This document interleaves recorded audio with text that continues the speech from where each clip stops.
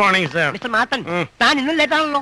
എന്റെ ആറാമത്തെ കുട്ടിക്ക് കുട്ടിയും പട്ടിയും ഒക്കെ അവിടെ നിൽക്കട്ടെ. താൻ മാനേജറെ കണ്ടിട്ട് രജിസ്റ്റർ മതി. ചതിക്കരുത് സർ. I am helpless. താൻ സ്ഥിരമായി ലേറ്റ് ആകുന്നതുകൊണ്ട് അങ്ങേര് ചൂടായി നിൽക്കുക. ഈ ആട്ടിൻകുട്ടിയെ പുലിയുടെ മുമ്പിലേക്ക് എറിഞ്ഞു കൊടുക്കുന്ന ക്രൂരതയാണ് സർ. ആട്ടിൻകുട്ടിയുടെ വിധി. വിധിയെ മറികടക്കാൻ പറ്റുമോ കർത്താവേ?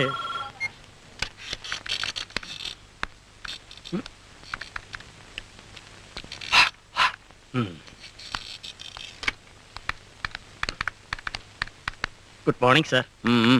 രാവിലെ ഇങ്ങോട്ട് പോരാൻ നേരത്ത് ആറാമത്തെ കുട്ടിക്ക് ഒരു വയറിളക്കം. അതിനെയും കൊണ്ട് ആശുപത്രി പോയിട്ട് തിരിച്ചു വീട്ടിൽ വന്നിട്ട് ഇങ്ങോട്ട് വരാൻ നേരത്തെ ഒരു ബസ് കിട്ടിയില്ല. ഓട്ടോക്ക് കൈ കാണിച്ചിട്ട് അത് നിർത്തിയില്ല.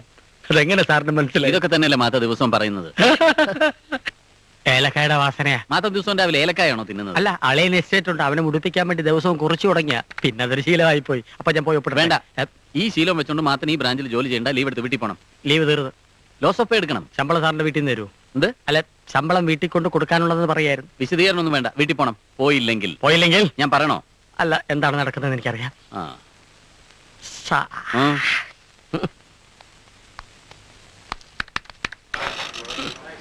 ഇവിടെ നിറയെ പോകാൻ പറയാൻ ബാങ്കാരുടെ തറവാട് സ്വത്തൊന്നും അല്ല. അല്ല, അത്യാവശ്യത്തിന് ഒരു ദിവസത്തെ ലീവ് ചോദിച്ചപ്പോ BM പറയാം ഞാനില്ലാതെ ഇവിടെ ഒരു പണി നടക്കത്തില്ല. അപ്പൊ മാത്തൻ ചേട്ടൻ ലീവാണോ? ആരെന്തു പറഞ്ഞാലും ഞാൻ ഇന്ന് ലീവ് എടുക്കും. അയ്യോ, ലഞ്ച് ബ്രേക്കിന് എന്റെ ബർത്ത്ഡേ പാർട്ടി ഉണ്ട്. ഇന്നും എന്തൊക്കെ ഐറ്റംസ്? ചിക്കൻ ഫ്രൈഡ് റൈസും നൂഡിൽസും. മനുഷ്യന്റെ വീക്ക് പോയിന്റ് തന്നെ സ്റ്റെല്ല കയറി പിടിച്ചു. ഇന്ന് ലീവ് ആണെങ്കിൽ ഞാൻ അകത്ത് നിന്നിട്ടേ പോവും. Thank you. ചെന്ന് വളക്ക്. എന്താ? അല്ല, ലോക്ക് വളച്ചാലേ ഡോറ് തുറക്കൂന്ന് പറയായിരുന്നു. ഭർത്താവരുത്തെ മരുഭൂമി കിടന്ന് കഷ്ടപ്പെട്ടുണ്ടാക്കുന്ന കാശ് മുഴുവൻ അവൾ ആണ്ടിൽ 60 ബർത്ത്ഡേ ആഘോഷിച്ച് പൊരിക്കും.